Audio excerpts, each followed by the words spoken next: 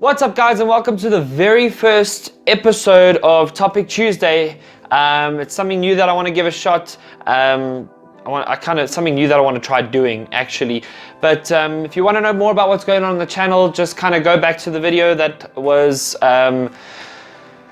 published just before this and have a look, just kind of listen to what I have to say. I'd really love it if I could get some feedback from you guys and hear what you want and what you'd like to see.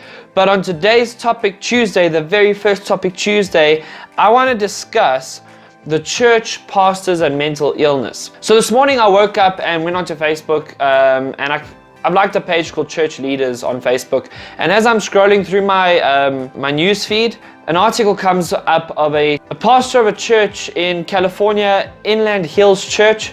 Perhaps you've heard of it, perhaps you haven't. I've never heard of it before. But the pastor of the church committed suicide, and they reckon it's because of anxiety. So I wanted to talk about mental illness and pastors and the church, because I don't think enough people are talking about this.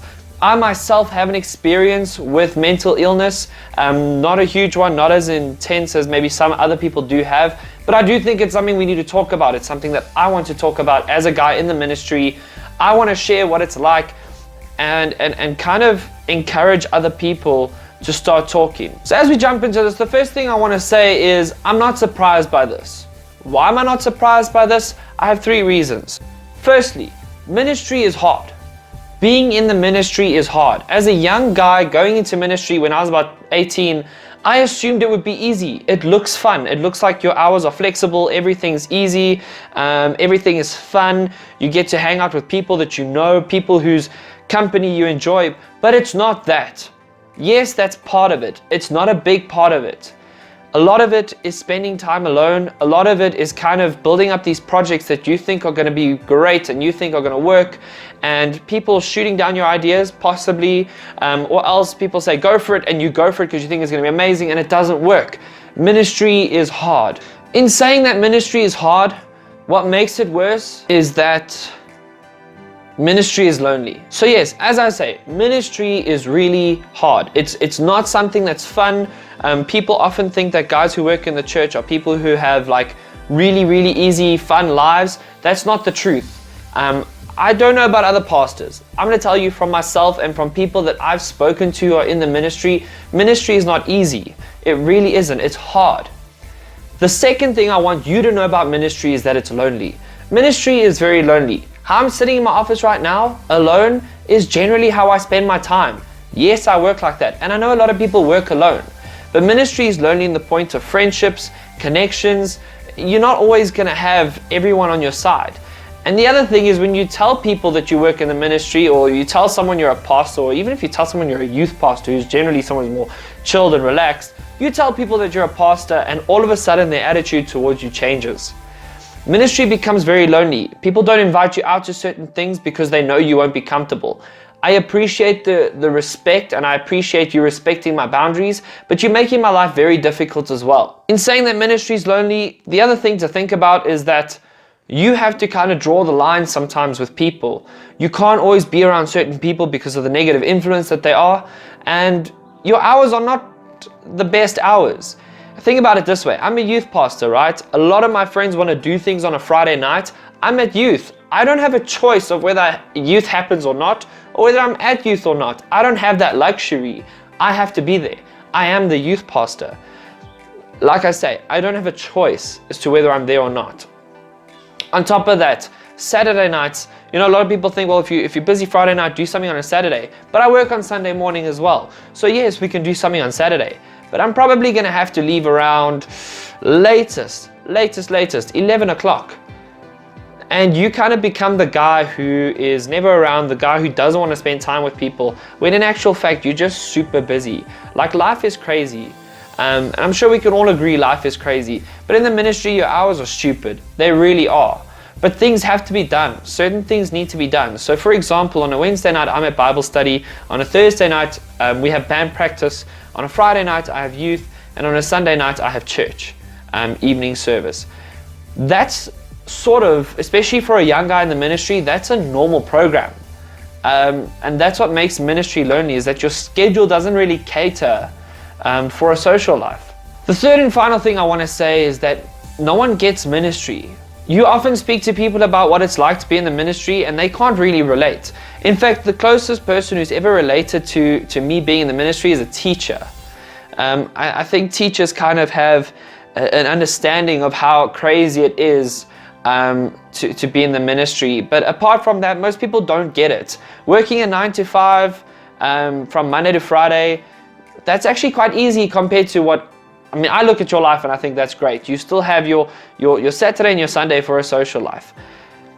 No one gets ministry. No one understands why it's hard. Everyone thinks you got all the time in the world. They think you can just meet up for lunch for 2 to 3 hours on any given day. That's not the case. I also have a lunch hour. I've got things to do. And if they don't get done, they either get done really badly last minute, or they just don't get done and I get into a lot of trouble. So my point is this. When no one gets ministry, that leaves you lonely, but not only that, it's hard to talk to people because people don't understand.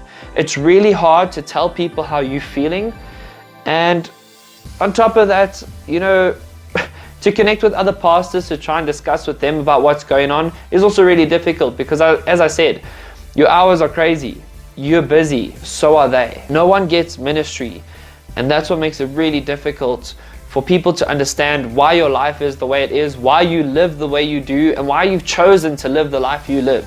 People don't get it, and that makes ministry really hard, lonely, and frustrating. It's because no one gets it. So with all of that being said, the simple facts are this. Firstly, churches need to start talking about this. Churches and pastors need to start talking about mental health. And not just with pastors. Yes, I think pastors need to be talking about their mental health. I'll get to that just now. But we need to be talking about anxiety and depression and all sorts of other mental illnesses from the front. We as churches and we as pastors are too afraid to get up front and start talking about these real life issues with our churches. From a biblical point of view, we need to start addressing these issues. We can't keep running away from it. Now, I know you might be sitting there and you're a pastor and you think, well, I have spoken about this. That's fine. Maybe you have. But just wait till my second point. My second point is this. We need to create avenues for people in our churches to talk and for pastors to talk. It's great that we stand up and talk about these issues and say that this is a problem. Pastors, you need to start talking about your issues. Pastors, you need to start talking about what you're battling with. And church members, congregation members, you need to start talking about your issues. If you're battling with depression or anxiety, please come forward and chat to us, blah, blah, blah, blah. But if you don't actually have a proper avenue, you're going to lose those people. And when I say lose them, yeah, I kind of mean what happened with this pastor in California. But on top of that, eventually they move off to another church, possibly, or they start going to secular people for help. And again, like I'm going to say this now, that's not a problem. It really isn't. But if people haven't started with the church and then the church pointed them to the right people, you could lose those people. We as churches need to start creating ways out for pastors and for church members. So last year, I was really battling with anxiety. At first I thought it was depression, but the more I kind of looked at it, thought about it, did the research, yeah, I self-diagnosed in a way, but it was very obvious that it wasn't just depression. What I was dealing with went way further than that. I look back today and I think like I was almost insane with how my mind was messing with me. The lies my mind was telling me about church, about work, about myself, about my relationship with my girlfriend, about my friendships. My mind created these stupid scenarios that were definitely not true. But the fact is I had no one to go to. I didn't know who to go to in the church. I didn't even know who to go to outside of the church. What I did know is that I wanted a Christian psychologist if I could find one. And even that was really difficult. But my amazing girlfriend, she said to me, she was like, Jay, you need to speak to someone. And she said this for months. Please don't think that she said this and I was like, okay, great, I'm gonna go. She said this for months. And it took me an incredibly long time for me to actually go and seek help. But it was the best thing that I did. The best thing I did was start speaking to people. I spoke to colleagues. I spoke to my senior pastor. I kind of mentioned to him that I'm struggling with this, but that I have looked for help. My girlfriend found a Christian psychologist, gave me the number. I set up the meeting and it was expensive, 100%, but it was a great thing. I only went for 2 sessions, but it was all I needed. The moment I started talking to people, the more I started feeling better. It's almost as if I started sharing my burden, but not only that, people started listening more carefully. So when I said that my work was really difficult, or when I said that my work was bugging me, people listened. They didn't just write it off as a guy being lazy. They started thinking that maybe there is something deeper going on here. So people in the church pulled together to help me to lighten my load. A whole lot of other things developed and things happened around that as well, which have made me feel better, yes. I kind of learned how important my leave was. Pastors, if you're sitting there and you're listening to this, you need to remember that your leave is important. Breaks are important. Don't think that the Lord is your comfort and your rest and all your rest is found in Him. That's great to know, but sometimes God is telling you, you need to take a break. You need to step back a bit. You need to get away from home and church, and you need to break away properly. So in December last year, after our youth camp, our end of year youth camp Crossword, I put in leave, and I think I was away for about 3 weeks, 4 weeks. But in that time, I went away with my family for about a week to a game reserve here in South Africa. Just incredible, so amazing to break away from society, to break away from work, break away from the busyness of life, and just disconnect completely. And you know what? At the end of the day, you might say that taking that amount of leave is the worst thing you can do for your ministry because your ministry starts to suffer.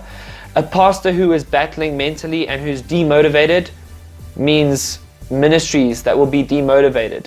If you are battling, your ministry will not thrive. You need to understand that. If you are battling spiritually, if you are tired spiritually, your ministry is not going to thrive. You need to take a break, pastor.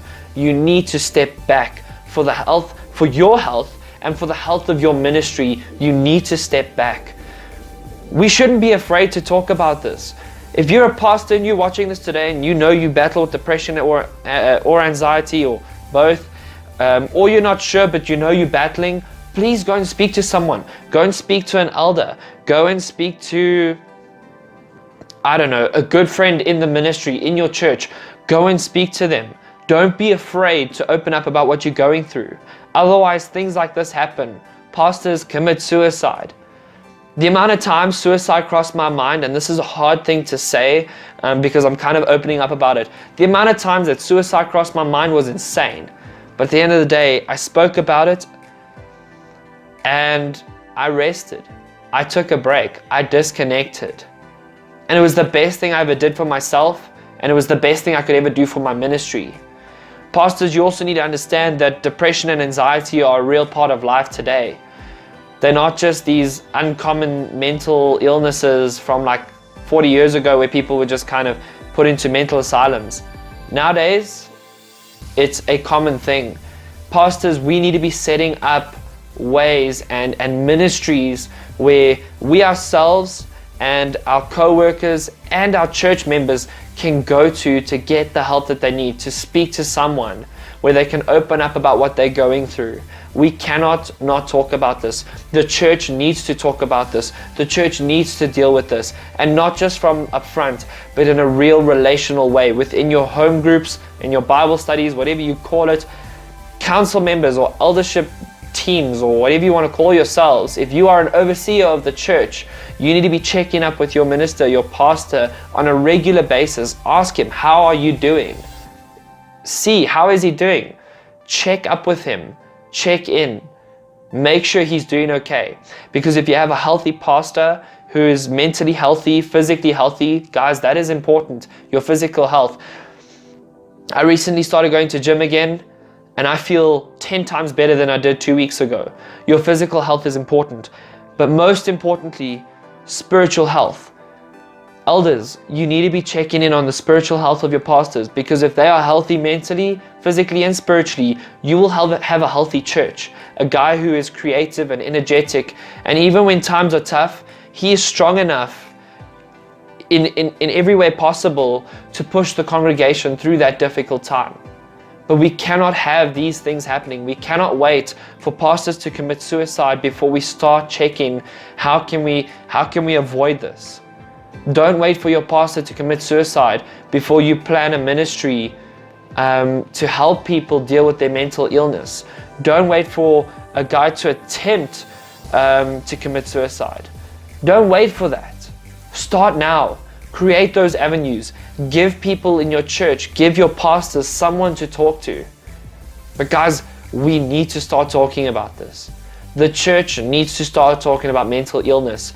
And as I said earlier, not just from up front, we need to create avenues for people to deal with it. Pastors, we need to start talking to each other about what we're going through. Because when we start talking, when we start opening up, we realize that actually we're all struggling. Whether we're in a big church or whether we're in a small church, we're all battling. We need to figure out how we can work through this together. So guys, that's all I have for you today on this Topic Tuesday. I hope you enjoyed it. I'm assuming that my camera skills will get better and I'll get more energetic. But as I say, I hope you enjoyed it. But if you did enjoy this, hit that subscribe button, give this video a like, and share it with your friends. If you're in the ministry and you know fellow pastors, whether it's youth pastors, worship leaders, or whoever, share this video with people. Let's get this viral and let's start talking about this issue. But until next week Tuesday, have an awesome week and I'll see you then. Cheers.